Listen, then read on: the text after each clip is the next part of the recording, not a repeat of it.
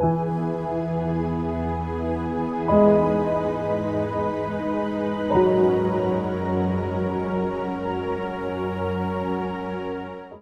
మనం తండ్రి సహాయం కొరకు ప్రార్థన చేసుకుందాము. దయచేసి అందరూ కూడా తలలు వచ్చి ప్రార్థనలు ఏకీవించండి. ప్రార్థన. అత్యున్నత సింహాసనం మీద ఆసీనుడైన మా ప్రియ పరలోకపు తండ్రి, సకల ఆశీర్వాదం కారణభూతుడైన గొప్ప దేవ, ఇంతవరకు మమ్మల్ని సజీవ లెక్కలో మీరు కాచి కాపాడి ఈ సాయంకాలం వేళ తండ్రి మీ సన్నిధిలో మిమ్మల్ని స్తుతించడానికి మీరు చూపిన కృపను బట్టి వందనములు తండ్రి. తిరిగినైనా చాలా కాలం తర్వాత మీకు ఇష్టలైన పిల్లలతో కలిసి మిమ్మల్ని ఆరాధించడానికి, మీ వాక్కులు నేర్చుకోవడానికి మీరు ఇచ్చిన అవకాశాన్ని బట్టి వందనములు తండ్రి. ఇంతవరకునైనా జరిగిన కొడుకులో మీరు తోడుగా ఉన్నారు తండ్రి. ఈ సమయంలోనైనా వాక్యభాగంకి వెళుతుండగా మీ ఆత్మ సహాయాన్ని మాకు అనుగ్రహించండి. మేమందరం చక్కగా తండ్రి మీరు వ్రాయించిన మాటలు నేర్చుకుని ఇంకా తండ్రి ఆత్మీయంగా మేము బలపరచబడి మీకు దగ్గరే భాగ్యాన్ని మాకు అనుగ్రహించమని, ఈ అవకాశాన్ని కల్పించిన సంఘ సేవకులు మీరు జ్ఞాపకం చేసుకోమని, ఈ కార్యక్రమంనైనా మీ నామానికి మహిమకరంగాను మా అందరికీ మేలుకరంగా జరుగులాగా సాయం చేయమని ఈ ప్రార్థన యేసుక్రీస్తు వారి పవిత్రమైన నామంలో ప్రార్థించి అడిగి వేడుకుంటున్నాం తండ్రి, ఆమేన్. చక్కటి అవకాశాన్ని మనందరికీ ప్రసాదించిన పరమందు ఆసీనుడైన దేవాది దేవునికి మనందరి తరపున యేసుక్రీస్తు వారి పేరట హృదయపూర్వక వందనములు తెలియజేసుకుంటున్నాను. అదేవిధంగా ఈ అవకాశాన్ని నాకు కల్పించిన మరి సంఘ కాపరి పెద్దలకు, అదేవిధంగా శ్యాంపాలన్న గారికి కూడా నా హృదయపూర్వక వందనములు తెలియజేసుకుంటున్నాను. మరి వాక్యాన్ని వినడానికి ఆశతో ఆసక్తితో ఎదురు చూస్తున్న ఆత్మీయులైన మీ అందరికి కూడా పేరు పేరున నా హృదయపూర్వక వందనములు శుభములు తెలియజేసుకుంటున్నారు పిల్లారా. చాలా సంతోషం.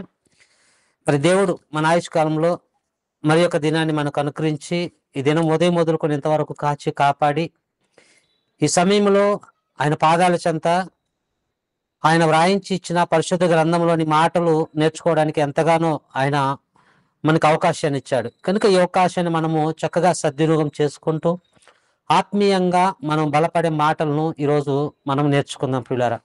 ముందుగా మీకు ఇచ్చిన అంశం దేవుని మాటకు విధేయత. దేవుని మాట మనము ఆలోచిస్తే ప్రియులారా, దేవుడు ప్రారంభం నుంచి అనగా అనాది కాలం నుండి దేవుడు ఎలా మాట్లాడుతున్నాడో అన్న విషయాలు మనకు తెలుసు. ఎందుకంటే మనం ఎల్లప్పుడూ కూడా దేవుని వాక్యాన్ని నేర్చుకుంటున్న వారం కనుక దేవుడు ఎలా మాట్లాడుతున్నాడు అని మనం ఆలోచిస్తే హెబ్రీ పత్రిక 1వ అధ్యాయం 1వ వచనం మనకు తెలిసిన మాట ఒకసారి జ్ఞాపకం చేసుకుందాము. పూర్వకాలమందు నానా సమయముల్లోనూ నానా విధములుగాను ప్రవక్తల ద్వారా మన పితరులతో మాట్లాడిన దేవుడు ఈ దినముల అంతమందు తన కుమారుని ద్వారా మనతో మాట్లాడిను అన్న మాట మనకు తెలిసిన విషయమే. ఇక్కడ మనం ఏమి ఆలోచిస్తున్నామంటే, పూర్వకాలమందు దేవుడు ఎలా మాట్లాడేవాళ్ళంటే నానా సమయంలో నానా విధములుగా దేవుడు మాట్లాడేవాడు ప్రియులారా. అంటే దేవుడు ప్రవక్తల ద్వారా మాట్లాడిన విషయాలు మనకు తెలుసు, దేవదూతల ద్వారా మాట్లాడిన సంగతులు మనకు తెలుసు. అదేవిధంగా మన పాత నిబంధన సంఖ్యాకాండము లేవియాకాండం చదువుతున్నప్పుడు అక్కడ కూడా ఊరీము తుమ్మిముల ద్వారా కూడా దేవుడు మాట్లాడతాడు. అంటే ప్రధాన యాజకుడు ఎవరైతే ఉంటారో వారికి ఉన్న ఆ డ్రెస్ మీద ఏఫోదు అని మనం అనుకోవచ్చు.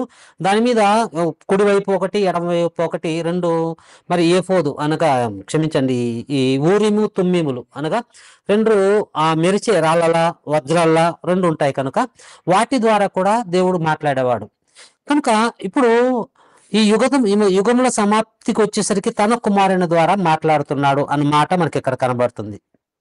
అంటే బైబిల్ పరిపూర్ణం కాకముందు దేవుడు ఎలా మాట్లాడుతున్నాడు అన్నది మనకి స్పష్టంగా అర్థమవుతుంది పిల్లారా. ఎప్పుడైతే మరి దేవుని సంకల్ప ప్రకారం జాన్ గూటన్బర్గ్ అనే మరి శాస్త్రవేత్త, జర్మనీ శాస్త్రవేత్త 1455లో ఆయన మరి జన్మించిన తర్వాత ఆయన ప్రింటింగ్ ప్రెస్ ని కనుగొని మరి మొట్టమొదటిగా ముద్రించిన గ్రంథం బైబిల్ అని కూడా మనకు తెలుసు. ఈ బైబిల్ ఎప్పుడైతే ముద్రించాడో ఇక ఈ బైబిల్ అనేది సర్వసత్యం, ఈ సర్వ పరిపూర్ణతలోకి వచ్చిన తర్వాత బైబిల్ అనేది అందరి దగ్గరకు వచ్చేసింది. ఇప్పుడు మనకు ఆది కాండంలో ఏముందో మనకు తెలుసు, నిర్గమకాండం అనగానే వెంటనే తీసి చదవగలం, లేవియాకాండం అనగానే తీసి చదవ అంటే ఎందుకంటే 66 పుస్తకాలు కలిగిన పుస్తకం అంతా ఇప్పుడు ఎక్కడ ఉందంటే మన చేతిలో ఉంది. ఈ బైబిల్ ముద్రించబడక ముందు ఆది కాండం ఒక చోట ఉంటే ద్వితీయోపదేశ కాండం ఇంకొక చోటే, ప్రవక్తల గ్రంథాలు ఒక్కొక్క పత్రిక ఒక్కొక్క చోట ఉండేది. కనుక ఈరోజు మనకు అలాంటి పరిస్థితి లేదు. ఈరోజు బైబిల్ అంతా కూడా సర్వపరిపూర్ణత కలిగి బైబిల్ ఈరోజు మన దగ్గర ఉంది పిల్లలు. కానీ ఇక్కడ విషయం ఏంటంటే, దేవుడు ప్రారంభ దినాల్లో ఎలా మాట్లాడేవాడంటే దేవదూతల ద్వారా మాట్లాడిన సందర్భాలు మనం చూస్తాం. అలానే ప్రవక్తల ద్వారా మాట్లాడిన సందర్భాలు కూడా మనం చూస్తాం.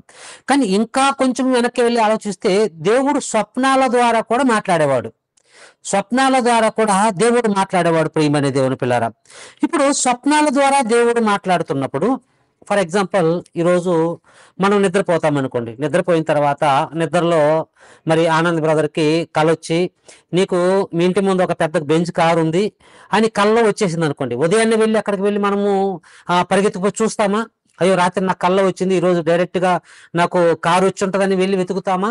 వెతకం. ఎందుకంటే అది కళ కనుక. అలానే రాత్రిలో మనకి ఏదైనా కళ వచ్చి ₹1,00,00,000 నీ అకౌంట్లో జమ అయినాయి అనగానే ఉదయాన్నే చెక్ బుక్ తీసుకొని మనం బ్యాంకు దగ్గరికి వెళ్ళి అక్కడ లైన్లో నిలబడి నాకు ₹1,00,00,000 కళ్ళ వచ్చాయి అవి ఇవ్వండి అని అడుగుతామా? అడగం. అలా అడిగామనుకోండి, వాళ్ళు ఏమంటారు, ఎవరు పిచ్చోడు వచ్చాడు బయటికి ఎంటేయండి అని అంటారు పిల్లరా. అలానే ఇంకా మనం ఆలోచన చేస్తే, ఒకవేళ రాత్రిలో మన కళ్ళలో వచ్చి డాక్టర్ ఇక కొన్ని రోజులకు చచ్చిపోతామని ఒకవేళ కళ్ళలో చెప్పాడు అనుకోండి, ఆ కళ అమ్మో ఇంకా మనము భయపడి ఇంక చచ్చిపోతాను, ఒక నెలలో చచ్చిపోతానని మనం హాస్పిటల్కి వెళ్ళి నన్ను అడ్మిట్ చేసుకొని నెలలో చచ్చిపోతాను అని వెళ్తామా? వెళ్ళం. ఎందుకు వెళ్ళము? ఎందుకు ఇవన్నీ కూడా మనం నమ్మమంటే అది కళ కనుక. కళలో వచ్చిన దానిని మనము అసలు దాన్ని పట్టించుకోం. ఉదయాన్నే లేస్తే అది గుర్తుంటే జ్ఞాపకం చేసుకుంటాము, లేకపోతే దానిని మర్చిపోతాం పిల్లలు. అది డైరెక్ట్గా వచ్చి ఎవరైనా నీకు ఇదిగో ఈరోజు ₹1,00,000 నీకు అకౌంట్లో వచ్చాయని నీకు మొబైల్లో మెసేజ్ ఇచ్చింది అనుకోండి, వెంటనే దాన్ని నమ్ముతాం. ఎందుకంటే అది డైరెక్ట్గా మనకు కనబడుతుంది కనుక.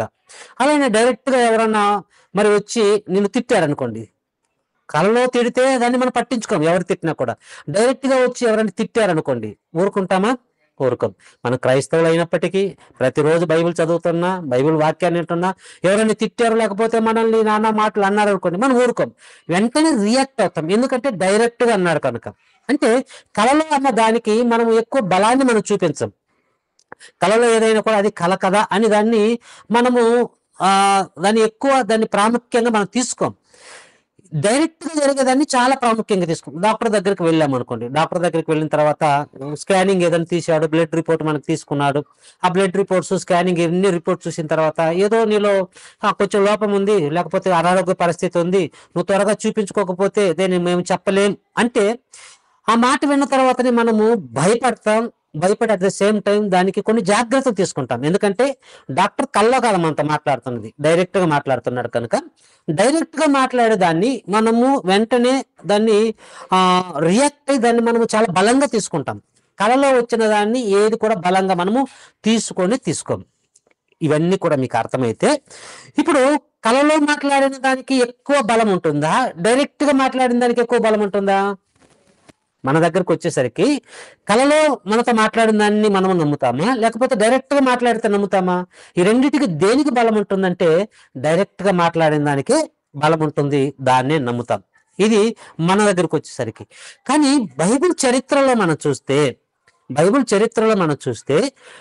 దేవుని యొక్క ప్రత్యక్షత లేనివారు, బాగా వినండి, దేవుని యొక్క ప్రత్యక్షత లేనివారు, దేవుణ్ణి ఎరుగని వారు, దేవుని యొక్క లోతు అన్నది తెలియని వారు ఎందరో అన్ని జనులు మనకు బైబిల్ చరిత్రలో యెహోవా దేవుడని విన్నారంతే.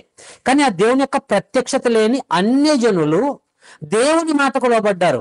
అది కూడా డైరెక్ట్గా మాట్లాడితే కాదు, అది కూడా ఎలా లోబడ్డారంటే స్వప్నములో మాట్లాడితే.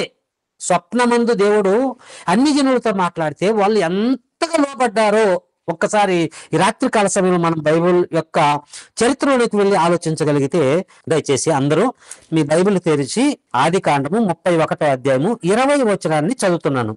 సందర్భం మనందరికి తెలుసు. యాకోబు మరి తన అన్నను మోసం చేసిన తర్వాత తన తల్లి, నాన్న ఇక్కడ ఉంటే మీ అన్న నిన్ను చంపేస్తాడు, నువ్వు వెళ్ళిపో పలానా చోట మా అన్న ఉన్నాడు అనేసరికి అక్కడ సిరియా దేశానికి వెళ్ళిపోతాడు. లాబాను, తన మామయ్య లాబాను దగ్గరికి వెళ్ళిపోతాడు. అక్కడ రాహేల్ని వివాహం చేసుకుంటాడు, లేయాని వివాహం చేసుకుంటాడు, పిల్లల్ని కంటాడు, బాగా ఆస్తి అంతా సంపాదించుకుంటాడు. ఎవరు? యాకోబు గారు. బాగా స్థిరపడిన తర్వాత దేవుడు యాకోబుతో మాట్లాడుతూ, నాన్న నువ్వు వచ్చిన పని అయిపోయింది, మరలా నువ్వు నీ స్వదేశానికి వెళ్ళిపో అని దేవుడు ఎప్పుడైతే యాకోబు గారితో మాట్లాడుతాడో మాట్లాడిన వెంటనే యాకోబు గారు దేవుని మాటకు లోబడి, ఎందుకంటే యాకోబు గారికి దేవుని ప్రత్యక్షత ఉంది, దేవుడు ఎవరో తెలుసు, దేవుని యొక్క సంకల్పం తెలుసు. కనుక యాకోబు గారు వెంటనే దేవుని మాటకు రియాక్ట్ అయ్యి మరి తన భార్యలను, తన పిల్లలను, తను సంపాదించిన ఆ సర్వ సంపద అంతా కూడా తీసుకొని ఆయన బయలుదేరి ఆ సిరియా దేశాన్ని వదిలిపెట్టి, లాబానుని తన మామను వదిలిపెట్టి తిరిగి తన స్వదేశానికి వస్తూ ఉన్న సందర్భం. ఇప్పుడు చదువుదాం 20వ వచనం. యాకోబు యాకోబు తాను పారిపోవచ్చున్నాడని సిరియా వాడైన లాబానునకు తెలియకపోవటం వలన అతన్ని మోసపుచ్చిన వాడాయను. అతడు తనకు కలిగినదంతా తీసుకొని పారిపోయెను. అతడు లేచి నది దాటి గిలాదు కొండ తట్టు అభిముఖుడై వెళ్ళెను. యాకోబు పారిపోయినని 3వ దినమున లాబానుకు తెలుపబడెను. ఇక్కడ జాగ్రత్తగా మనం చదువుకున్న మాటలు మనం ఆలోచన చేస్తే, ఇప్పుడు యాకోబు గారు తన మామి అయిన లాబానుకు చెప్పకుండా తన ఆస్తిని, తన అంతస్తును, మిగిలిన ఏదైతే పశు సంపద ఉన్నాయి ఇవన్నీ తీసుకొని భార్య పిల్లల్ని వెంటబెట్టుకొని చెప్పకుండా వెళ్ళిపోతున్నాడు. అలా వెళ్ళిపోయిన తర్వాత ఎప్పుడు తన మామకు తెలిసింది అని మనం ఆలోచన చేస్తే, ఇక్కడ స్పష్టంగా దేవుడు పరిశుద్ధాత్మ ప్రేరణతో రాయించి ఏమంటున్నాడంటే, యాకోబు పారిపోయానని 3వ దినమందు లాబానుకు తెలుపబడెను.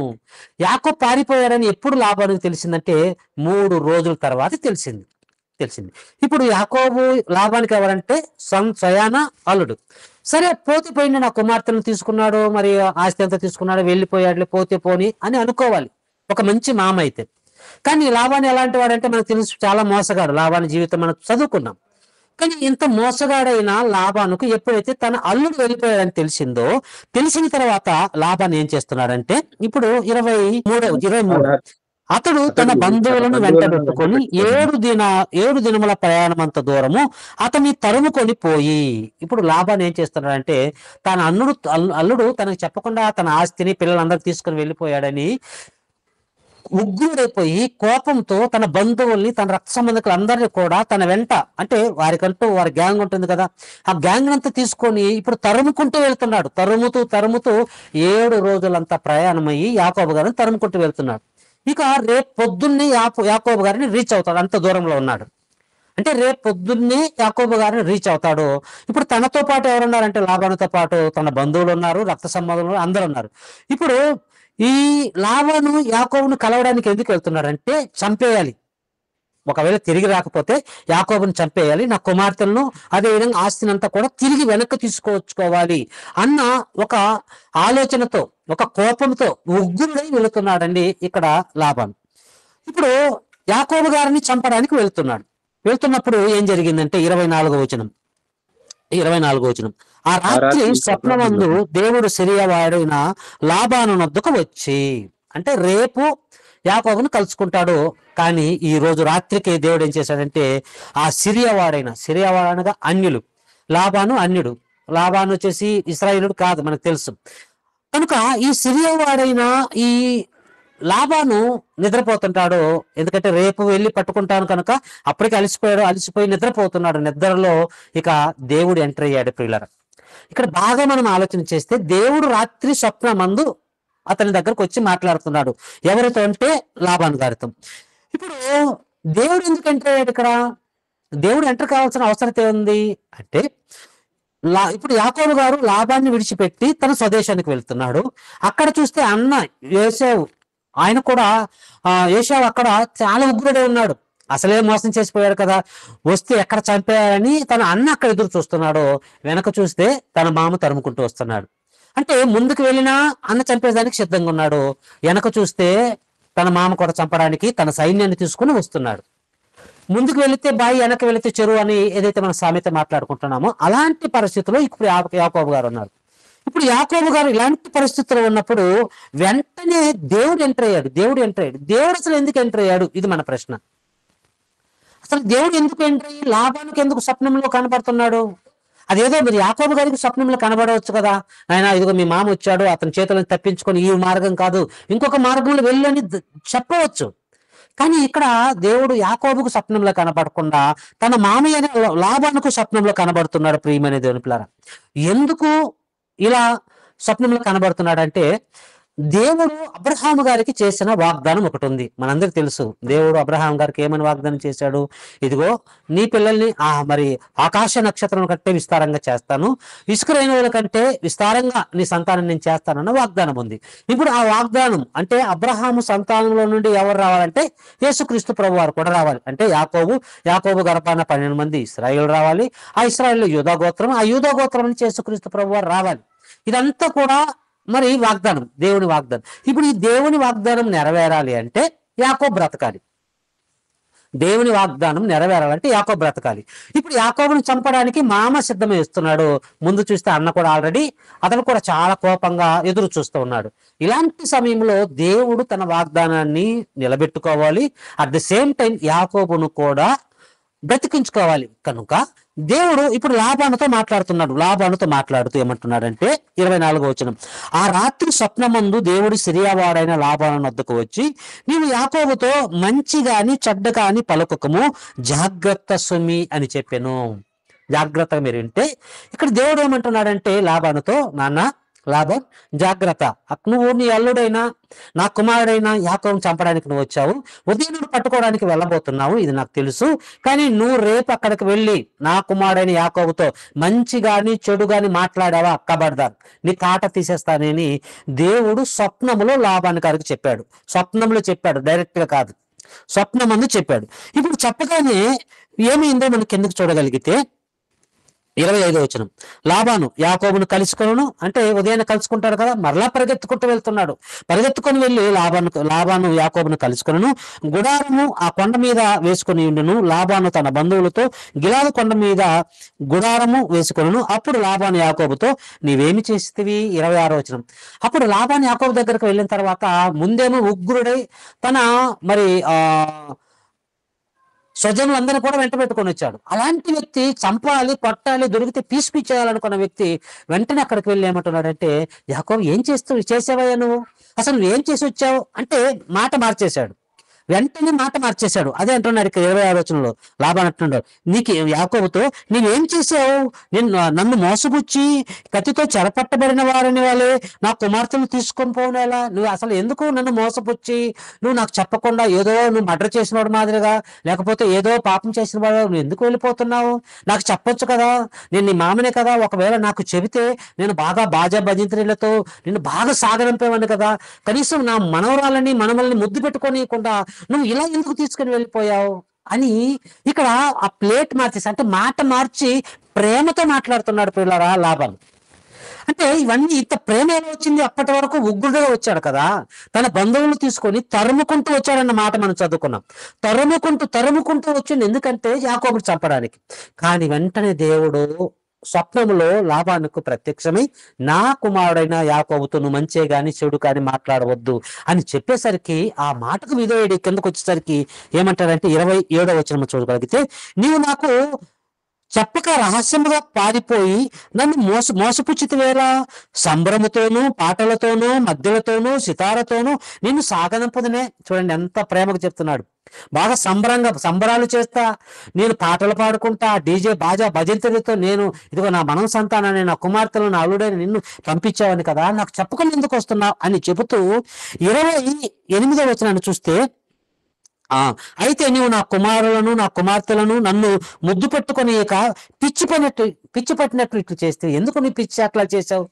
ఇదిగో అల్లారు ముద్దుగా పెంచుకున్నానే మనం సంతానాన్ని, నా కుమార్తెలు ఉన్నారు కదా, కనీసం ఒక ముద్దని పెట్టుకొని వాడిని పంపించేవాడిని కదా అని చెబుతూ ఇంత ప్రేమగా మాట్లాడుతూ తాను వచ్చిన ఉద్దేశాన్ని ఇక్కడ ఓపెన్ అవుతున్నాడు 29లో. అని ఎందుకు వచ్చాడో ఉద్దేశాన్ని 29లో ఓపెన్ అవుతున్నాడు. అది మనం చూడగలిగితే, మీకు హాని చేయట్టుకు నాకు చేతనవును, నిన్ను చంపాలని వచ్చాను, నీకు హాని చేయగలను, నేను హాని చేయడానికి వచ్చానని ఇక్కడ ఓపెన్ అవుతున్నాడు. ఆ విషయాన్ని చెప్తున్నాడు. నీకు హాని చేయటకు నాకు చేతనైను, అయితే జాగ్రత్తగా ఆ మాట అండర్లైన్ చేసుకున్నా, అయితే పోయిన రాత్రి మీ తండ్రి యొక్క దేవుడు నీవు యాకోబుతో మంచి గాని చెడ్డ కాని పలుకకము, జాగ్రత్త సుమి అని నాతో చెప్పెను. అర్థమైందా? ఇక్కడ ఏమన్నాడు? నేను అసలు నిన్ను లేపేయాలని వచ్చాను యాకోబు, నిన్ను చంపాలి, మీ అందరం చంపి ఆస్తినంతా తీసుకొని వెళ్ళాలని వచ్చాను అని అక్కడ ఓపెన్ అయ్యి రియాలిటీని అక్కడ చూపిస్తూ ఏమంటుందంటే, నీ తండ్రి దేవుడు అబ్రహాము దేవుడు ఉన్నాడు కదా, మీ దేవుడు ఉన్నాడు, నీ తండ్రి దేవుడు అబ్రహాము దేవుడు, నాయన మీరు నమ్ముకున్న మీ దేవుడు రాత్రి నా కళ్ళ వచ్చాడు, కళ్ళ వచ్చి ఇదిగో యాకోబుతో నువ్వు మంచి కానీ చెడుకొని మాట్లాడుకుంటూ ఏ దారిని వచ్చావు ఆ దారిని వెళ్ళిపో అని చెప్పాడు, అందుకే నేను ఇలా వెళ్ళిపోతున్నాను, లేకపోతే నువ్వు ఈరోజు నా చేతిలో కైమా అయిపోదు అని అక్కడ చెప్తున్నాడు ప్రియమనే దేవుని పిల్లల. అంటే ఇక్కడ విచిత్రం ఏంటంటే చంపడానికి వచ్చాడు, చంపడానికి వచ్చిన ఈ వ్యక్తి ప్రేమతో మాట్లాడుతున్నాడు ప్రియమనే దేవుని పిల్లల. కేవలము దేవుడు స్వప్నములో మాట్లాడితేనే, స్వప్నములో ఈ లాభాలతో మాట్లాడితేనే, స్వప్నంలో మాట్లాడినందుకు దేవుని మాటకు ఎంత విధేయత చూపిస్తున్నాడో చూడండి ఒక్కసారి ఈ లాభాను గారిని. ఈ లాభాన్ని ఎవరంటే ముందు నేను చెప్పాను, ఇతడు అన్యుడు, దేవుని ప్రత్యక్షత లేనివాడు. అలాంటి ఒక లాభాను, ఒక అన్యుడు దేవుడు డైరెక్ట్ గా కాదు స్వప్నంలో మాట్లాడితేనే ఎంత విధేయత చెప్పి తిరిగి వెళ్ళిపోతున్నాడు అంటే ఒకసారి ఆలోచించండి. ఇప్పుడు లాభాన్ని ఎవరంటే అతనికి ఆస్తి ఉంది, అంతస్తు ఉంది, ఆ సిరియా దేశంలో అతనికంటూ ఒక స్టేటస్ ఉంది. ఇంత గొప్ప స్టేటస్ అతను కలిగి ఉన్న స్వప్నంలో ఏదో వచ్చింది, ఏంటి గాడిద గుడ్డు, దాన్ని నేను పట్టించుకునేది అనుకోలేదు ప్రియులారా. ఈరోజు మనకు స్వప్నంలో ఏదైనా వచ్చిందంటే మనం అదే అనుకుంటాం, ఏముందిలే రాత్రి ఎన్నో కళ్ళు వస్తాయి, విస్తారమైన కళ్ళు వస్తాయని వాటిని మనం పట్టించుకోం. కానీ ఇక్కడ ఈ వ్యక్తిని మనం చూస్తే ఇండైరెక్ట్ గా మాట్లాడినప్పటికీ, దేవుడు ఇండైరెక్ట్ గా వారితో మాట్లాడినప్పటికీ ఎంతగా విధేయత చూపించాడో, ఎంతగా లోబడ్డాడో మనకు అర్థం కావాలి ప్రియులారా. పైగా అంటున్నాడు, నీ తండ్రి దేవుడు నాకు స్వప్నంలో కనబడ్డాడు. అంటే దేవుని మాటకు ఎంతగా లోబడ్డాడా ఒక అన్యుడు? ఎస్, ఇంతగా లోబడ్డాడు. మరి ఒక అన్యుడు, దేవుని ప్రత్యక్షత లేనివాడు, దేవుడంటే ఎరగని వాడే ఇంతగా దేవుని మాటకు విధేయత చూపిస్తే, ఈరోజు 66 పుస్తకాలు మన చేతిలో ఉన్నాయి. 66 పుస్తకాల గురించి ఎన్నో వివరణలు ఎంతో మంది సేవకులు మనకు వినిపిస్తున్నారు, ఎన్నో మీటింగుల్లో వింటున్నాం. కానీ మనం ఎంతగా లోబడుతున్నాము? ఒకవైపు లాభాలను పెట్టుకొని ఒకవైపు మనల్ని పెట్టుకుంటే ఎవరు ఎక్కువగా లోబడుతున్నారో అనేది మనం ప్రశ్నించుకోవాలి. ఎవరికి వారే ప్రశ్నించుకోండి. ఇది మొదటి సందర్భం. అయితే ఇంకొక సందర్భాన్ని మనం చూడగలిగితే ప్రియమైన దేవుని పిల్లారా, ఇంకొక సందర్భము మనందరికీ తెలుసు. అబ్రహాము గారు శారా గారు మరి విశ్వాసులకు తండ్రి, విశ్వాసులకు తల్లి అనగానే వారు మనకు గుర్తుకొస్తారు పిల్లలు. వారు కూడా ఒకనొక సమయంలో వారు ఏం చేస్తారంటే గెరారు ప్రాంతానికి వెళ్ళాలని వారు ప్రయాణం వేస్తుంటారు. ఆ విషయాన్ని మనం చూద్దాం. ఆది కాండము 20వ అధ్యాయము 1వ వచనాన్ని మనం చూడగలిగితే, అక్కడ నుండి అబ్రహాము దక్షిణ దేశమునకు తరలిపోయి కాదేశునకు షూరునకు మధ్య ప్రదేశంలో నివసించిన గెరారులో కొన్ని నాళ్ళు ఉండెను. ఇక్కడ గెరారు అనే ప్రాంతానికి బయలుదేరి వస్తారు పిల్లారా. ఎవరు? అబ్రహాము గారు, శారమ్మ గారు. ఇప్పుడు వారిద్దరూ వచ్చినప్పుడు ఇక్కడ అబ్రహాము గారు శారమ్మ గురించి ఇక్కడ ఒక అబద్ధం ఆడతాడు. మనకి ఈ మాట తెలుసు, శారమ్మ గురించి అబద్ధం ఆడాడు, చెల్లి అని చెప్పాడు, ఇది తప్పు కదా, ఇది తప్పు కదా, ఇది తప్పు కదా అన్న ఈ మాట ఎన్నోసార్లు మనం వింటూ ఉన్నాం. ఇక్కడ అబ్రహాము గారు అసలు అబద్ధం ఎందుకు మాట్లాడాడు అంటే మనకు అక్కడ ఉన్న పరిస్థితులు మనకు అర్థం కావాలి. అబ్రహాము గారు అబద్ధమే మాట్లాడుండొచ్చు, కానీ అక్కడ ఉన్న పరిస్థితి మనకు అర్థం కాకపోతే నిజంగా మనం అపార్థం చేసుకుంటాం. అక్కడ ఉన్న పరిస్థితి ఎలా ఉందంటే, ఆ గెరారు ప్రాంతంలో నివసిస్తున్న ప్రజలు ఎలాంటి వారంటే చాలా భయంకరమైన క్రూరులు. ఇది మనం ఎలా చెప్పగలమంటే కింద 11వ వచనాన్ని మనం చూద్దాం. 11వ వచనాన్ని చూస్తే 20వ అధ్యాయం 11వ వచనంలో అబ్రహాము, ఈ స్థలమందు దేవుని భయము ఏ మాత్రమును లేదు గనుక నా భార్య నిమిత్తము నన్ను చంపుదరనుకొని చేసి తిని. అంటే ఆ గెరారు ప్రాంతంలో దేవుని భయం అంటూ ఎవరికి లేదు. అంటే ఎవరికి నచ్చినట్లు బ్రతుకుతున్నాడు. దేవుడు అంటే లెక్క చేయరు, దేవుడి మాటకు విధేయత చూపించరు, చాలా క్రూరులుగా, చాలా భయంకరులుగా జీవించే పరిస్థితి ప్రియమని దేవుని పిల్లారా ఆ గెరారు ప్రాంతంలో. ఇప్పుడు వీరు ఎలాంటి ప్రవర్తన కలిగి ఉన్నవారంటే, ఎవరైనా అందమైన స్త్రీ కనబడింది అనుకోండి, వారి కళ్ళకు ఎవరైనా అందమైన స్త్రీ కనబడిందంటే ఆ పురుషుని కిరాతకంగా చంపేసి ఆ స్త్రీలని తీసుకొని వెళ్ళిపోయి వివాహం చేసుకునేవారు. అంటే పురుషుని చంపి. మనకు దీనా సందర్భం మనకు ఒకసారి గుర్తు చేసుకుంటే, దీనా కూడా మరి ఆ ప్రాంతంలో చూడడానికి బయటకు వెళ్ళినప్పుడు మరి ఆ వ్యక్తి ఏం చేస్తాడో మనకు తెలుసు. ముందు ఆమెను అనుభవించిన తర్వాత వెళ్తాడు, నాకు అమ్మాయి కావాలి, అమ్మాయి నచ్చింది అన్న సంగతి మనకు తెలుసు. ఎందుకంటే విషయం తెలుసు కనుక నేను స్కిప్ చేసి ముందుకు వెళ్తున్నాను. ఇప్పుడు ముందు అమ్మాయిని చూసిన తర్వాత ఇంటికి వెళ్ళి అడగొచ్చు కదా, దీన బాగుంది, అయ్యా నాయన యాకోబు, మరి యాకోబు కుమారులారా నాకు నచ్చింది అని అడగొచ్చు కదా, అడగలేదు. ముందు కిరాతకంగా క్రూరంగా అమ్మాయిని అనుభవించిన తర్వాత, చెరిచిన తర్వాత, అమ్మాయి శీల పాడు చేసిన తర్వాత అప్పుడు వెళ్ళి అప్పుడు అడుగుతాడు, ఇదిగో మీ అమ్మాయి నాకు నచ్చిందని. అంటే ఇలాంటి మనస్తత్వం కలిగిన వారే ఈ ప్రజలు, దేవుని భయం లేని వారు ఈ ప్రజలు. కనుక వారు ఆ రోజు రాక్షసి వివాహాలు చేసుకునేవారు. అంటే మంచి అందమైన అమ్మాయి కనబడిందంటే అసలు వదిలే వాళ్ళే కాదు. ఇప్పుడు ఇక్కడ శారమ్మ ఎవరు? ఆమె చాలా అందగత్తె. అంటే ఎంత అందగత్తె అంటే వివరించలేదు, అంత అందగత్తె. ప్రియమైన దేవుని పిల్లరా ఆ శారమ్మ గారు. ఇప్పుడు శారమ్మ గారిని చూస్తే ఆ గెరారాజు వదిలిపెడతాడంటే వదిలిపెట్టడు. కనుకనే ఇప్పుడు ఏం జరిగిందంటే మనము 2వ వచనం నుంచి చూద్దాం. 2వ వచనం నుంచి మనం చూడగలిగితే 20వ అధ్యాయము 2వ వచనం చదువుతున్నాను. అప్పుడు అబ్రహాము తన భార్య అయిన శారాని గురించి, ఈమె నా చెల్లెలని చెప్పిన గనుక గెరారు రాజైన అబీమెలెకు శారాని పిలిపించి తన ఇంట చేర్చుకొనెను. అబీమెలెకు, ఈ గెరారు రాజైన అబీమెలెకు అబ్రహాం అడుగుతారు, ఎవరు ఇంత అందంగా ఉంది అమ్మాయి ఎవరు అని అనగానే, ఇప్పుడు నా భార్య అని ఒకవేళ చెప్పాడా, చెబితే అబ్రహాం గారిని చంపేస్తారు. అబ్రహాం గారిని చంపి, ఇతడు కిరాతకంగా చంపి ఆమెను బలవంతంగా వివాహం చేసుకుంటాడు. ఇప్పుడు అబ్రహాం గారు ఏమని చెప్పాడంటే నా చెల్లెలని చెప్పేసరికి, అయ్యో ఇతను చెల్లెల అని నాకు కూడా రూట్ క్లియర్ అయింది అనుకున్నాడు ఆ గెరార్ రాజు. ఇతను భార్య కాదు కనుక చెల్లెలు కదా అని అతని చేతిలో నుంచి ఆ శారమ్మను తీసుకున్నాడు. తీసుకుని వెళ్ళి తన కోటలోనికి తీసుకువెళ్ళి అక్కడ పెట్టాడు. కానీ శారమ్మను మాత్రం ముట్టలేదు. శారమ్మను ముట్టలేదు, కేవలం తీసుకొని వెళ్ళిపోయి అక్కడ పెట్టుకున్నాడు పిల్లరా. ఎందుకంటే శారమ్మని చాలా అందగతే. శారమ్మని ఏమని మనం చెప్పుకోవచ్చు అంటే కొందనపు బొమ్మ అని కూడా మనం చెప్పుకోవచ్చు. ఎందుకంటే అంత అందంగా ఉంటుంది శారమ్మ. బైబిల్ చదువుతున్నప్పుడు మనకు తెలుసు ఈ విషయాలన్నీ కూడా. ఇప్పుడు 3వ వచనం వచ్చేసరికి, ఇప్పుడు ఆ తీసుకొని వెళ్ళిపోయాడు, ఆమెను తన ఇంట్లో పెట్టుకున్నాడు. ఇక ఉదయం పెళ్లి చేసుకోవాలి. ఎందుకు?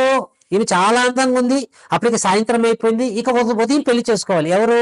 ఈ గెరారు రాజైన అబీమెలెకు శారమ్మకు వివాహం చేసుకోవాలన్న ఆలోచనతో ఇక ఊహలు తేలిపోయాడు.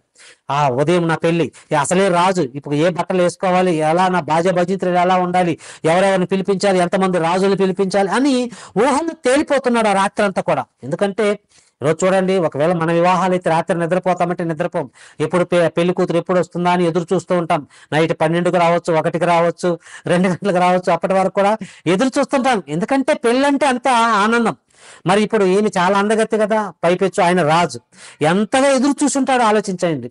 అలా ఆలోచిస్తూ ఆ ఊహల్లోనే రేపు ఎలా పెళ్లి జరుగుద్దో ఏంటో, ఆ శారమ్మని ఎలా అనుభవించాలని ఇలాంటి భయంకరమైన తుచ్చమైన ఆలోచనలు కలిగి ఇక అలా కునుకు తీశాడండి. అలా నిద్రపోవడానికి అలా కునుకు తీశాడు.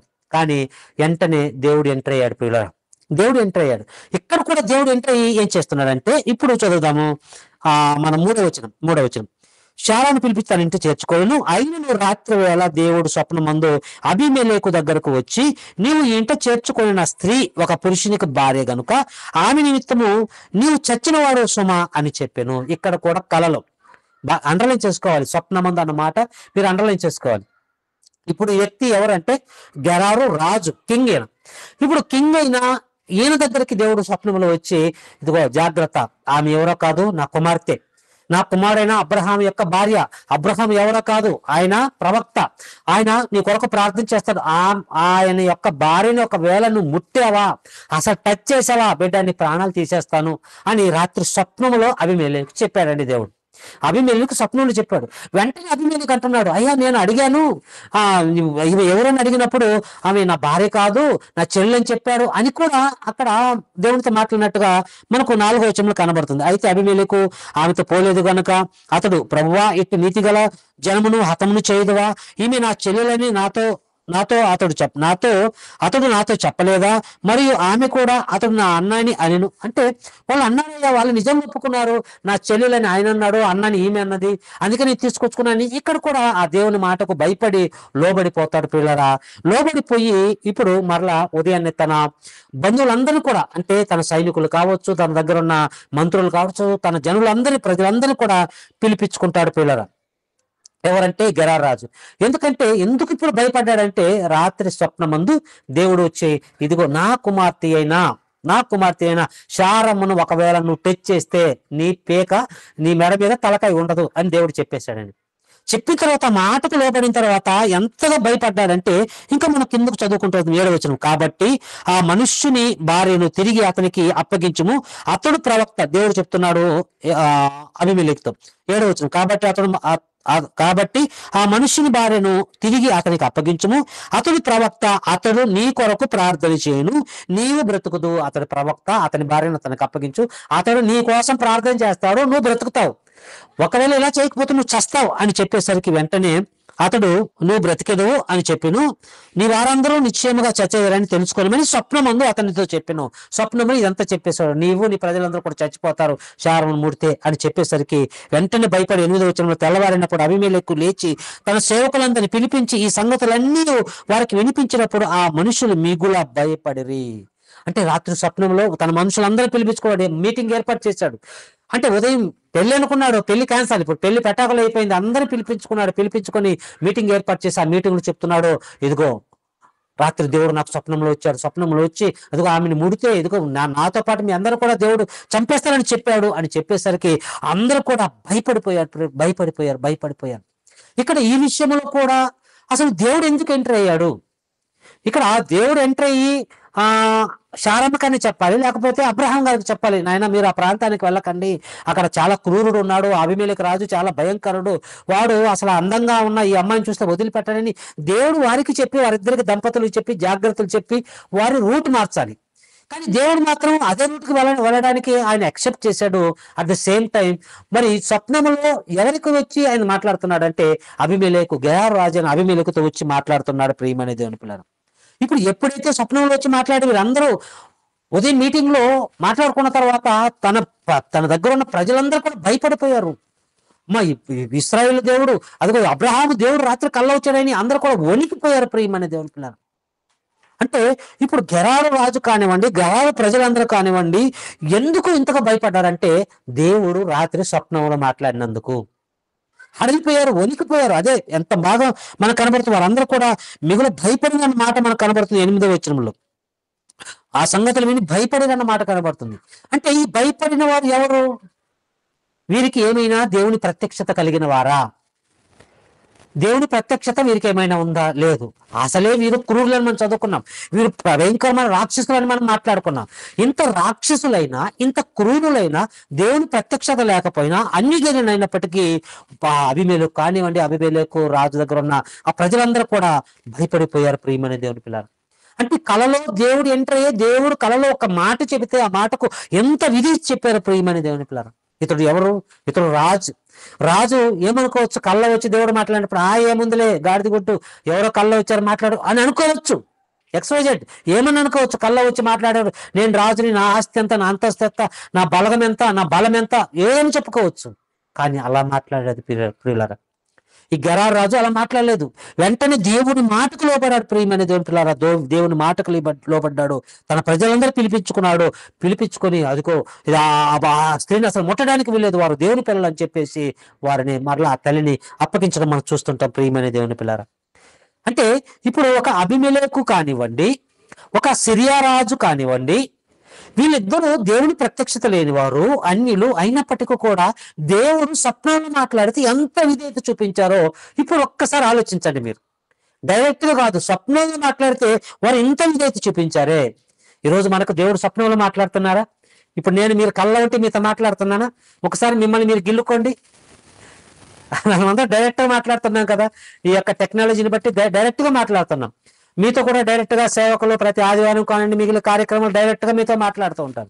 అంటే మనతో డైరెక్ట్ గా ప్రతి సమయంలో కూడా మనకు డైరెక్ట్ గా దేవుని మాటలు వినబడుతున్నా ఈ యుగంలో సమాప్తి అందు దేవుని వాక్యం అంటే తన కుమారుని ద్వారా, అంటే వాక్యం ద్వారా మనతో మాట్లాడుతున్నాడు. అదే మనం Hebrew 1:1 చదువుకున్నాం. ఈ యుగముల సమాప్తి అందు ఆయన తన కుమారుని ద్వారా మాట్లాడను. కుమారుడు అనగా యేసుక్రీస్తు ప్రభువారు, యేసుక్రీస్తు ప్రభువారు అనగానే వాక్యము ద్వారా డైరెక్ట్ గా మనతో మాట్లాడుతున్నాడు.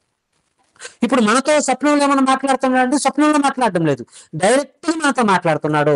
కానీ ఆ రోజు మనం చూస్తే ఒక అబీమెలెకు కానివ్వండి, ఒక సిరియవాడైన మరి ఆ యాకోబు యొక్క మామయ్య లాబాను కానివ్వండి, స్వప్నంలో మాట్లాడితే ఎంత విధేయత చూపించారు, ఎంత లోబడ్డారో ఒక్కసారి ఆలోచించండి. ప్రియమైన దేవుని పిల్లలు, అంటే వారిద్దరి జీవితాల్లో వారిద్దరు లోబడిన మంచి మనస్సును ఒకవైపుని పెట్టి ఈరోజు క్రైస్తవులుగా మనం ఉన్నాం కదా. అంటే ఎవరు మిమ్మల్ని అంటున్నాను కాదు ప్రియులారా, అంటే మనం ఎంతో లోబడాలో ఈ మాటలను బట్టి మనం నేర్చుకోవాలంతే.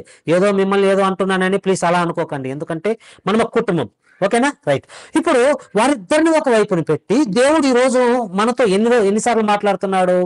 తన కుమారుని అంటే వాక్యం ద్వారా ఆదివారం మాట్లాడుతున్నాడు, ఎన్నో మీటింగ్స్ లో మాట్లాడుతున్నాడు, ఈ ఆన్లైన్ కార్యక్రమంలో ఎన్నిసార్లు మాట్లాడుతున్నప్పుడు మనము దేవుడి మాటకి ఎంత విధేయత చూపిస్తున్నాము, వారు ఎంత విధేయత చూపిస్తున్నారు మనమే ప్రశ్నించుకోవాలి. ఎవరో వచ్చి మనల్ని ప్రశ్నించకూడదు. ఎందుకంటే ఇక్కడ మనం ఎందుకు కూర్చున్నామంటే మన అంతరాత్మను మనం చెక్ చేసుకోవడానికి. ఇంకా మనం పరిపూర్ణులు కాలేదు, పరిపూర్ణులు అవడానికి మనం ప్రయాసపడుతున్నాం. అందుకే మీ సేవకులు ఇన్ని కార్యక్రమాలు మీకు జరిగిస్తున్నారు, మిమ్మల్ని ఆత్మీయంగా బలపరచాలని. ఇలా బలపరుస్తున్నప్పుడు ఇప్పుడు దేవుడు మనతో స్వయంగా మాట్లాడుతున్నప్పుడు ఇన్ని ప్రసంగాలు, ఇప్పుడు ఫర్ ఎగ్జాంపుల్ 365 రోజుల సంవత్సరానికంటే ఇప్పుడు 365 రోజులు ఏదో ఒక మెసేజ్ మనం వింటూనే ఉంటాం. ఒకవేళ మనకు ఈ సంఘ కార్యక్రమం లేనప్పుడు మనం యూట్యూబ్ ద్వారానో లేకపోతే టీవీలోనో లేకపోతే ఎప్పుడైనా చెప్పిన మాటలు ఇవన్నీ కూడా ఏదో ఒకటి మనం వింటూ ఉంటాం. అంటే 365 రోజులు ఏదో ఒక ప్రసంగం మనకు వినబడుతూనే ఉంటుంది. ఒకవేళ అలా వినబడకపోతే ఒక్కొక్క రోజు 2-3 ప్రసంగాలు ఉంటాం కనుక ఆల్మోస్ట్ మనం 365 days కి 365 మెసేజ్ మనం వింటున్నాం. దేవుడు ప్రత్యక్షంగా మాట్లాడితే కనుక స్వప్నం మాట్లాడితే వారంతా విధేయత చూపిస్తే ఈరోజు దేవుడు ప్రత్యక్షంగా డైరెక్ట్ గా నాతో మాట్లాడుతుంటే మనము ఎంత విధేయత చూపిస్తున్నాము? ఇదండి దేవుని మాటకు విధేయత అంటే. నిజంగా దేవుని ప్రత్యక్షత వారికి లేదు, ఈరోజు దేవుని ప్రత్యక్షత మనకుంది.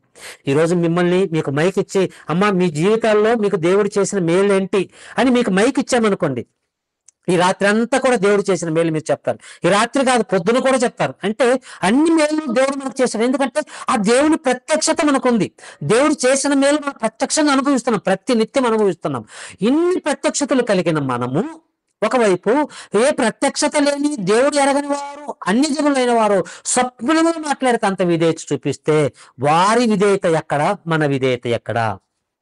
ఇది మనల్ని మనం ప్రశ్నించుకోవాలి. ఇంకా మనం ఆలోచిస్తే ప్రియులారా, మనందరికీ తెలుసు యేసుక్రీస్తు ప్రభువారు తన చివరి దినం, ఆయన మరణానికి ముందు రోజు మనకు తెలుసు, ఆయనను ఆ యెరూషలేము వీధుల్లో భయంకరంగా ఆయన కొడుతూ, చిత్రహింసలు చేస్తూ, పిడిగుద్దులు గుద్దుతూ, ఆ కొరడాలతో కొడుతూ తన శరీరం అంతా రక్తసిక్తమైపోయి మరి ఎంతో భయంకరమైన పరిస్థితిలో ప్రభు ఉంటాడు. తెలుసు కదా మనకి ఇవన్నీ కూడా. ఎంతో భయంకరమైన పరిస్థితిలో ఉన్నప్పుడు ఏం జరుగుతుందంటే, యేసుక్రీస్తు ప్రభు వారిని ఈ విధంగా కొడుతున్నారు, ఈ విధంగా చిత్రహింసలు పెడుతున్నారు. ఆయన నీతిమంతుడు, ఆ నీతిమంతుడిని ఈ అనితిమంతులైన వారు, తన స్వజనులైన వారు చాలా మంది ఈ విధంగా క్రూరంగా ఆయన హింసిస్తున్నారన్న సంగతి ఒక రాజు భార్యకి తెలుస్తుంది. ఎవరు అని మనం ఆలోచన చేస్తే మత్తయి సువార్తకు రండి. మత్తయి సువార్త 27వ అధ్యాయం 19వ వచనం. ఆయనను అప్పగించరని అతడు ఎరిగి ఉండెను, అతడు న్యాయపీఠం మీద కూర్చుని ఉన్నప్పుడు అతని భార్య, నీవు ఆ నీతిమంతుని జోలికి పోవద్దు, ఈ ప్రొద్దు ఆయన గురించి నేను కలలో మిక్కిలి బాధపడుతునని అతని యొద్దకు వర్తమానం పంపెను. ఇక్కడ ఎవరితో మాట్లాడుతున్నారంటే పిలాతు ఇప్పుడు యేసుక్రీస్తు ప్రభు వారికి న్యాయం తీర్చడానికి, అనగా ఆయనకి తీర్పు తీర్చడానికి పిలాతు సింహాసనం మీద కూర్చోబోతున్నాడు. కూర్చోబోయే ముందు ఇప్పుడు ఈ విషయం ఎవరికి తెలిసిందంటే పిలాతు భార్యకి తెలుస్తుంది. పిల్లరా, యేసుక్రీస్తు ప్రభు వారు నీతిమంతుడు, ఆయనని ఆ యూదులు కానివ్వండి, ఆ రోమియోలు కానివ్వండి భయంకరంగా చిత్రహింసలు పెడుతున్నారు, ఎంతగానో కొడుతున్నారన్న విషయం ఆ నోట ఈ నోట, ఆ చెవిని ఈ చెవిని పడి చిన్నగా ఈ న్యూస్ అనేది ఎక్కడికి వచ్చిందంటే పిలాతు భార్య దగ్గరకు వచ్చింది. ఇప్పుడు పిలాతు భార్య ఎవరు? ఆమె యూదురాలా? కాదు. ఇశ్రాయేల్ రాలా? కాదు. ఆమె ఒక అన్యరాలు, ఒక అన్య రాజు అయినటువంటి పిలాతు యొక్క భార్య. కనుక ఇప్పుడు ఈమెకి యేసుక్రీస్తు ప్రభువాన్ని హింసిస్తున్నారన్న మాట వినబడింది.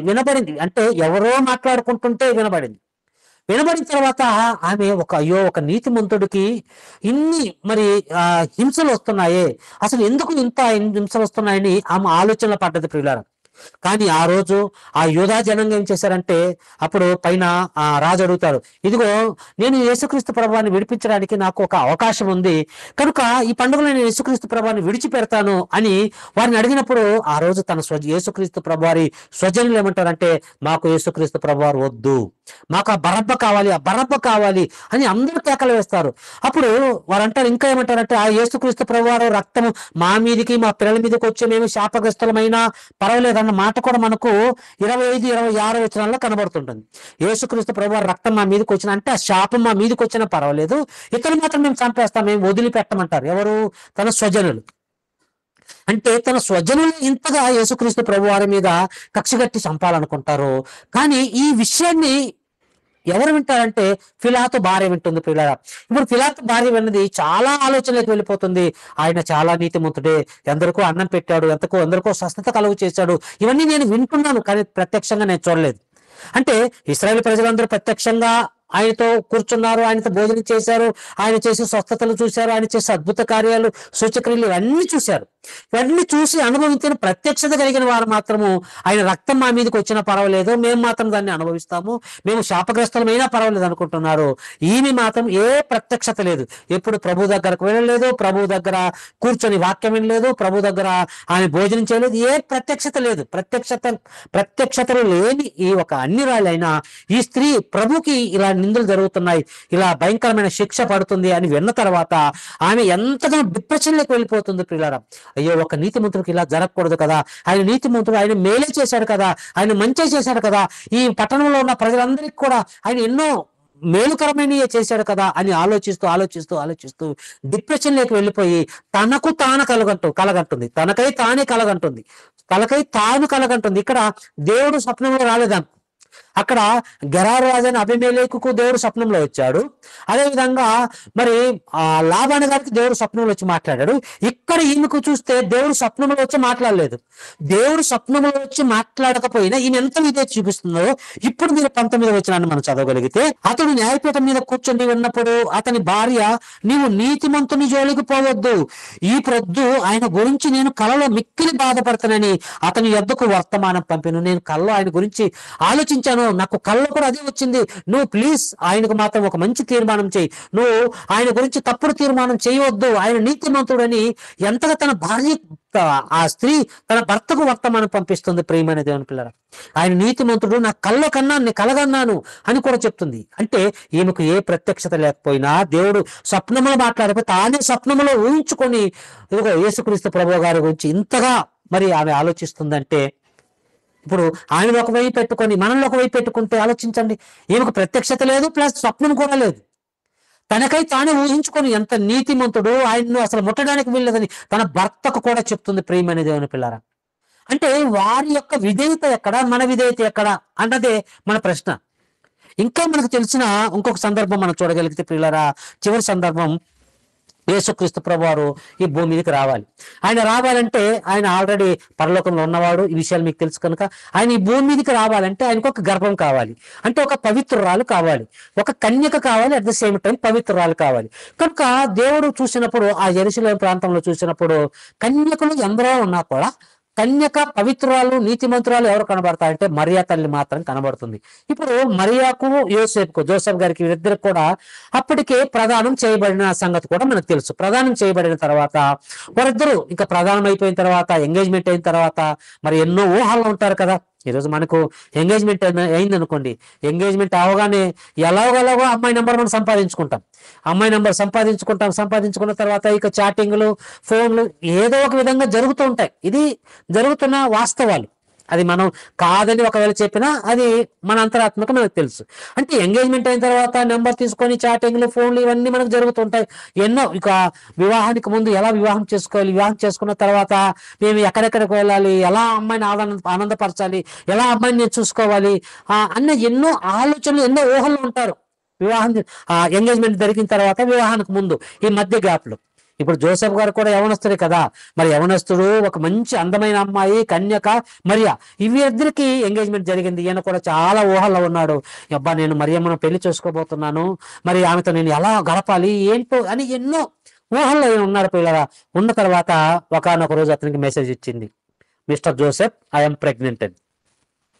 మిస్టర్ జోసెఫ్ ఐఎమ్ ప్రెగ్నెంట్ అని మెసేజ్ రాగానే చూసి, ఏంటమ్మా జోకేస్తున్నావా, ఏంటి, నేను మొన్నే కదా ఎంగేజ్మెంట్ చేసుకుని నీకు ఉంగరం పెట్టాను, ఇంతలోగా ప్రెగ్నెంట్ ఏంటి, అసలు నేను నువ్వు అసలు ఇంకా కలవలేదు కదా అని వెంటనే అక్కడ అతను మళ్ళా మెసేజ్ ఇస్తాడండి.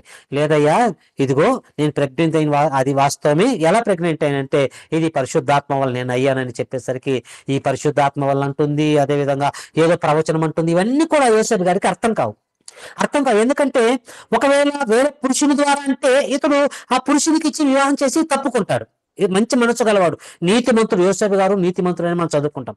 చాలా మంచివాడు కనుక ఈ అమ్మాయి అంటుంది ఎవరో వేరే వారితో అంటుంది, ఏదో పరిశుద్ధాత్మ అంటుంది, అర్థం కాలేదు.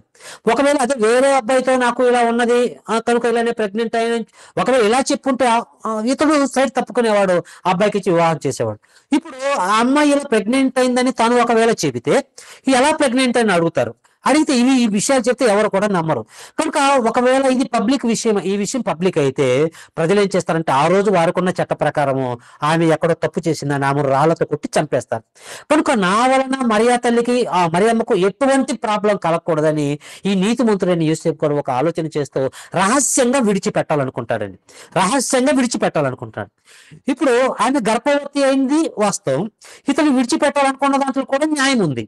ఎందుకంటే ఇతని ప్రమేయం లేదు.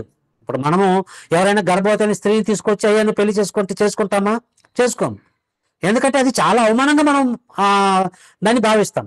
కనుక ఇతడు కూడా అలాంటి వాడే కదా, మనలాంటి వాడే కదా.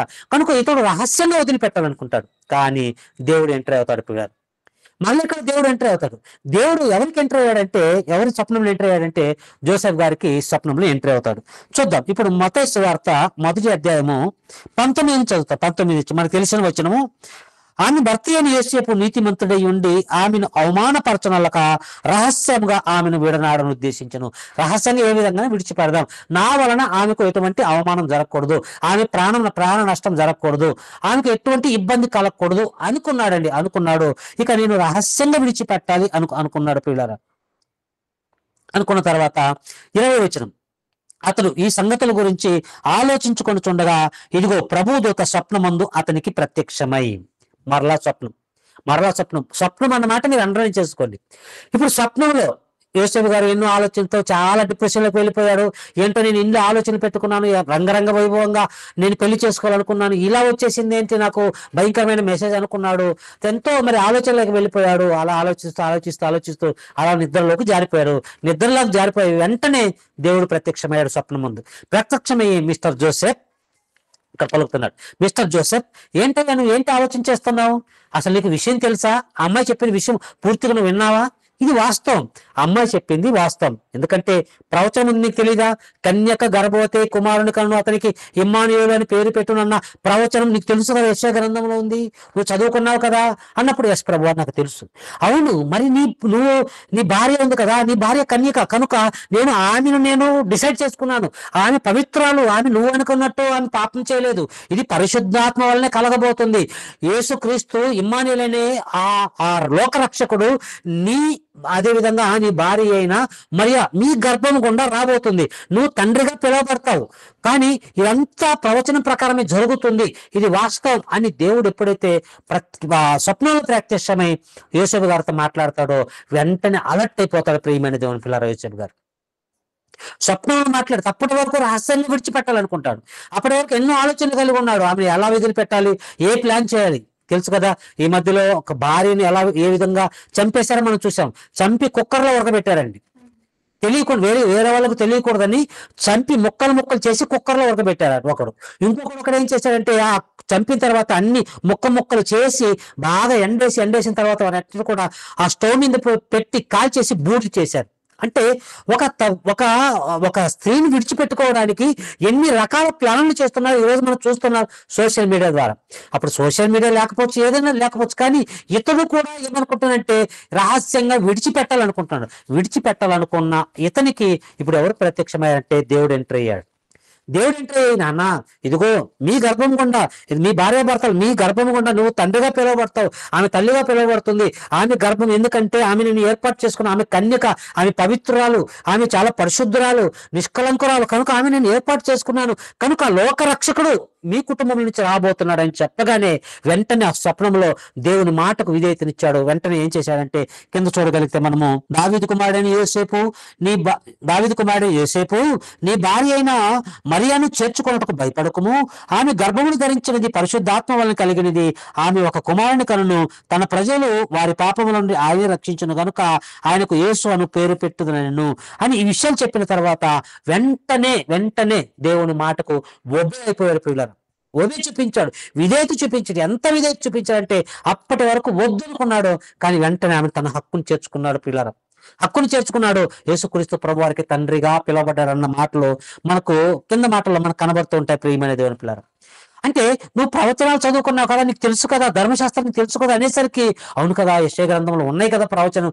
ఇదిగో ఈ ప్రవచనం నెరవేర్చడానికి దేవుడు మా కుటుంబాన్ని వాడుకుంటున్నాడు అని అప్పుడు ఆనందంతో ఆ తల్లిని స్వీకరించినట్లుగా మనకు కనబడుతుంది. ప్రియమైన దేవుని పిల్లలు, అంటే ఇప్పటి వరకు మనం మాట్లాడుకున్న మాటలు మనం చూస్తే ఆ లాబాను కానివ్వండి, అబీమెలెకు కానివ్వండి, ఒక రాజు భార్య కానివ్వండి, అదేవిధంగా ఇక్కడ యోసేపు కానివ్వండి, పిలాతు భార్య కానివ్వండి, యోసేపు భార్య కానివ్వండి, క్షమించండి యోసేపు గారు కానివ్వండి, ఎలా దేవుని మాటకు లోబడ్డారో, ఎలా విధేయత చూపించారో మనకు అర్థం కావాలి. అంటే దేవుడు నానా సమయములందు నానా విధములుగా మాట్లాడను అన్న మాట మనం చదువుకున్నాం. ఒక్కొక్క సందర్భంలో దేవుడు ఒక్కొక్కరితో ఒక్కొక్క విధంగా మాట్లాడు. దేవదూతలతో మాట్లాడినప్పుడు మోషే గారు ఏ విధంగా విధేయత చూపించాడో మనకు తెలుసు. దేవదూతలతో మాట్లాడినప్పుడు ఎందరో భక్తులు ఏ విధంగా విధేయత చూపించారో మనకు తెలుసు. కానీ ఇక్కడ దేవదూతల ద్వారా కాదు, అదేవిధంగా డైరెక్ట్ గా కాదు. ఇప్పుడు ఎలా మాట్లాడారంటే ఇదిగో స్వప్నంలో మాట్లాడాడు. పిల్లలు స్వప్నంలో మాట్లాడితే ఏ ప్రత్యక్షత లేని ఒక అబీమెలెకు కానివ్వండి, ఏ ప్రత్యక్షత లేని ఒక లాబాను ఇంతగా, ఒక పిలాతు భార్య కానివ్వండి ఇంతగా లోబడ్డారే, మరి మనం ఎంతగా లోబడుతున్నాం? మనం ఎంతగా లోబడుతున్నాం? దేవుని మాటలు ఈరోజు విరివిగా మనకు వినబడుతున్నాయి. పిల్లల ఎన్నో ప్రసంగాలు మనకు వినబడుతున్నాయి. సంవత్సరాలు ఈ రోజు విన్న మాట మరలా రేపు వినడం లేదు.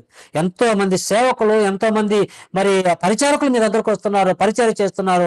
మీకే కాదు మాకు కూడా. అంటే మేము వింటున్నామంటే మేము వింటున్నాం, మా పెద్దలు మాకు చెప్పిన మేము వింటున్నాం, మీకు పెద్దలు మీకు చెప్పినప్పుడు వింటున్నారు. కానీ ఇన్ని మాటలు మనం విన్నప్పుడు వారు ఎంత విధేయత చూపించారో మనము దేవుని మాటకు ఎంత విధేయత చూపిస్తున్నాము? ఇన్ని మాటలు మనం విన్న తర్వాత విధేయత చూపించకపోతే, అది మన జీవితాల్లో దేవుని మాటలు మన జీవితాల్లో ఫలించకపోతే మనము దేవునికి ఇష్టలుగా బ్రతకలేదు. ప్రియమైన దేవుని పిల్లరా, అందుకే మీకు పోస్టర్లో మరి సహోదరులు మంచి మాట అక్కడ గుర్తు చేశారు మనకు. సమూయేలు మొదటి గ్రంథం 15వ అధ్యాయం 22వ వచనంలో, అందుకు సమూయేలు తాను సెలవిచ్చిన ఆజ్ఞను ఒకడు గైకొనట వలన యెహోవా సంతోషించినట్లు ఒకడు దహన బలులు అర్పించుట వలన ఆయన సంతోషించునా? ఆలోచించము, బలులు అర్పించుట కంటే ఆజ్ఞను గైకొనటయు, పొట్టేల క్రొవ్వు అర్పించుట కంటే మాట వినుట శ్రేష్టము అంటాడు. అంటే దేవుని మాట వింటే ఎంత శ్రేష్టం ఆలోచించండి. ప్రియమైన దేవుని పిల్లలు, ఈరోజు మనతో దేవుడు స్వప్నాల్లో మాట్లాడడం లేదు, దేవుడు ప్రత్యక్షంగా మనతోనే మాట్లాడుతున్నాడు. డైరెక్ట్ గా నా కుమారుడా నా కుమార్తె అని మనతోనే మాట్లాడుతున్నాడు. మాట్లాడేది నేనే కావచ్చు, అంటే పూనా నుంచి నేను మాట్లాడచ్చు, అక్కడ ఉన్న మీ సేవకులు మాట్లాడచ్చు. మాట్లాడేది మేమైనా ఆ మాట ఎవరిది? దేవుని మాట, వాక్యం. ఆ వాక్యం ఎవరిది? యేసుక్రీస్తు ప్రభు. యేసుక్రీస్తు ప్రభు అంటే వాక్యము ద్వారా మీతో మాట్లాడుతున్నాడు. కనుక ఇప్పుడు డైరెక్ట్ గా యేసుక్రీస్తు ప్రభు వారి మాటలు మన దగ్గరకు వచ్చినప్పుడు, ఆయన దేవుడు మనతో మాట్లాడుతున్నప్పుడు మనం ఎంత విధేయత చూపించాలి ఒకసారి ఆలోచించండి. ప్రియమైన దేవుని పిల్లారా, అంటే దేవుడు సూటిగా మనతోనే మాట్లాడుతున్నాడా? ఎస్, మనతోనే మాట్లాడుతున్నాడు. ఆ రోజు వారికి స్వప్నంలో మాట్లాడితే వారు అంత విధేయత చూపిస్తే, ఈ రోజు మనతో డైరెక్ట్ గా మాట్లాడితే మనం ఎంత విధేయత చూపిస్తున్నాం? ఒక్కసారి మన మనస్సాక్షిని మనం పరీక్షించుకుందాం పిల్లరా. ఎందుకంటే ఆత్మీయంగా మనం ఎదుగుతున్నాం కనుక ఆత్మీయంగా ఎదగాలని ఈ మాటలు మీకు చెప్తున్నాను. ఇంకా రీసెర్చ్ క్లాసెస్ మీకు ఎన్నో మీ దగ్గరకు వస్తున్నాయి, కానీ ఇలాంటి మాటలు కూడా అప్పుడప్పుడు చెబితే మీరు ఆత్మీయంగా బలపడతారన్న ఒక ఆలోచనతోనే మరి ఈ మాటలు చెప్పడం జరుగుతుంది. ప్రియమైన దేవుని పిల్లరా, కనుక అప్పుడప్పుడు మనకి ఏమనిపిస్తుంది అంటే, ఈ రోజు ప్రసంగం అంతా నా మీదకి వచ్చింది, ఈ రోజు పాస్టర్ గారు నా గురించి మాట్లాడారు అనుకుంటుంటాం అప్పుడప్పుడు మనం. ఇది సహజం. అవును, సంఘంలో కూర్చున్నప్పుడు సేవకుడు ప్రత్యేకంగా మన గురించి మాట్లాడు. దేవుడు ఏదైతే ఆయనకు ప్రేరణించి మాట్లాడిస్తాడో అదే ఆయనతో మాట్లాడుతుంటాడు. ఇప్పుడు ఆ మాటలు ఎవరి కొరకు కూర్చున్న మనకే కదా. మనం ఏమనుకుంటాం, ఈరోజు పాస్టర్ గారు అంతా నా గురించి మాట్లాడారు. అవును, నా గురించి నీ గురించి కాకపోతే ఇంకెవరి గురించి మాట్లాడతాడు ఆయన? అంటే మన గురించి మాట్లాడాలంటే మనలో ఏవైనా లోపాలు ఉంటే వాటిని సరిచేసుకోమని దేవుడు ఆయనకు ప్రేరణ ఇచ్చి మాట్లాడిస్తుంటాడు. కనుక ఇలా నా గురించి మాట్లాడే అని ఇలా నేను పొరపాటు కడకుండా మనం ఏం చేయాలంటే, ఈరోజు నాలో ఉన్న లోపాన్ని మా సేవకుడు దేవుని మాటను బట్టి ఎత్తి చూపాడు కనుక ఆ లోపాన్ని నేను సరిచేసుకోవాలని మంచి సహృదయంతో మనల్ని సరిచేసుకోవాలి ప్రియులారా. ఎప్పుడు ఏ సేవకుడు మీ గురించి ఏదో మాట్లాడాలని ఎప్పుడు కూడా మాట్లాడరు. కనుక దేవుడు ప్రేరణించి మాట్లాడిస్తున్నప్పుడు మనలో అలాంటి లోపాలను మనం ఏం చేసుకోవాలంటే సరి చేసుకోవాలి. ఎందుకంటే స్వప్నములో మాట్లాడితే వారు అంత విధేయత చూపించినప్పుడు ఇప్పుడు డైరెక్ట్ గా మాట్లాడితే మనం ఎంత విధేయత చూపించాలి?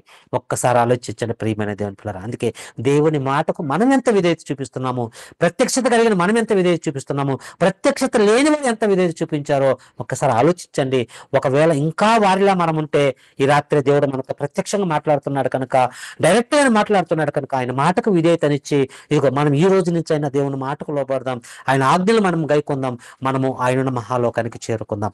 కనుక ఈ మాటలు మీకు అర్థమయ్యి ఉంటాయని నేను భావిస్తూ ఈ మాటలు దేవుడు మీ అందరి హృదయాలు ఫలించి మంచి ఫలాలు తీసుకురావాలని హృదయపూర్వకంగా కోరుకుంటూ చిన్న ప్రార్థన చేస్తాను. కళ్ళు మూసుకోండి. పరిశుద్ధమైన మా తండ్రి, ప్రేమ కలిగిన మా నాయన, ఇదిగో తండ్రి సుదీర్ఘ కాలం తర్వాత నాయన మా ప్రియులు మీకు ఇష్టలైన మీ బిడ్డల తండ్రి బెంగళూరు పట్టణంలో తండ్రి నివాసం చేస్తున్నాయినా ఆత్మీయంగా బలపడుతున్న మీ బిడ్డలకు తండ్రి ఈ దినమునైనా వాక్యాన్ని అందించుటకునైనా నన్ను కూడా ఒక పాత్రగా మీరు వాడుకున్నందుకే వందనాలు తండ్రి. ఎందుకనైనా మేమందరం ఆత్మీయంగా బలపడడానికి మీరు రాయించిన సందర్భాలను తండ్రి, కొన్ని సందర్భాలని తండ్రి మేము ఆలోచించడానికి మీరు కృప చూపించారు. ఎస్ ప్రభువా, ఏ ప్రత్యక్షత లేని వారు ఎంతగో లోబడితేనైనా ఈ రోజు నేను అన్ని ప్రత్యక్షతలు తండ్రి మీరు చేసిన ప్రతి మేలును మేము పొందుకున్నాం, మేము ఎంతగా లోబడాలో అన్న తండ్రి మాతో మీరు సూటిగా మాట్లాడారు తండ్రి. ఒకవేళ నేను ఇంతవరకు మేము లోబడకపోతే ఈ రోజు నుంచి నైనా మంచి సహృదయం కలిగినైనా మీ మాటకు లోబడే మంచి ధన్యతను, మంచి మనసును, మంచి సహృదయాన్ని నాతో పాటు ప్రతి బిడ్డకు మీరు అనుగ్రహించమని ప్రార్థన చేస్తున్నాం తండ్రి. ఇదిగోనైనా వాక్యం విన్న ప్రతి బిడ్డని మీరు జ్ఞాపం చేసుకోండి తండ్రి.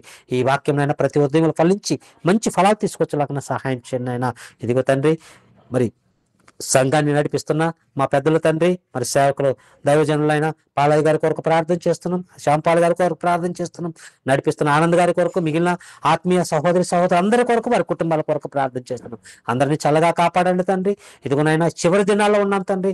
ఈ చివరి దినాల్లో తండ్రి మా జీవితాన్ని మేము కట్టుకున్నైనా క్రీస్తు రాకడలో తండ్రి మేమందరం ఆయన ఎదుర్కొని గొప్ప భాగ్యమును మాకు అనుగ్రహించమని ప్రాధేయపడుతూ మరొకసారి తండ్రి ఆన్లైన్ ఉన్న ప్రతి బిడ్డను కూడా పరసంబంధమైన ప్రతి దీవెనతో దీవించమని వేడుకుంటూ సమస్త మహిమ ఘనత ప్రభావం మీకు ఆరోపిస్తూ మీ చిత్తమైతే క్రీస్తు రాకడ ఆలస్యమైతే మరొకసారి నాయన మీ బిడ్డలతో ఈ విధంగా కలుసుకునే భాగ్యాన్ని నాకును ప్రసాదించమని సంఘాన్ని, సంఘ కుటుంబాన్ని మీ పవిత్రమైన హస్తాలకు అప్పచెప్పుకుంటూ నన్ను నేను సంపూర్ణంగా తగ్గించుకుంటూ ఈ ప్రార్థన యేసుక్రీస్తు వారి పవిత్రమైన నామములో ప్రార్థించి అడిగి వేడుకుంటున్నాం తండ్రి. ఆమేన్. అందరికీ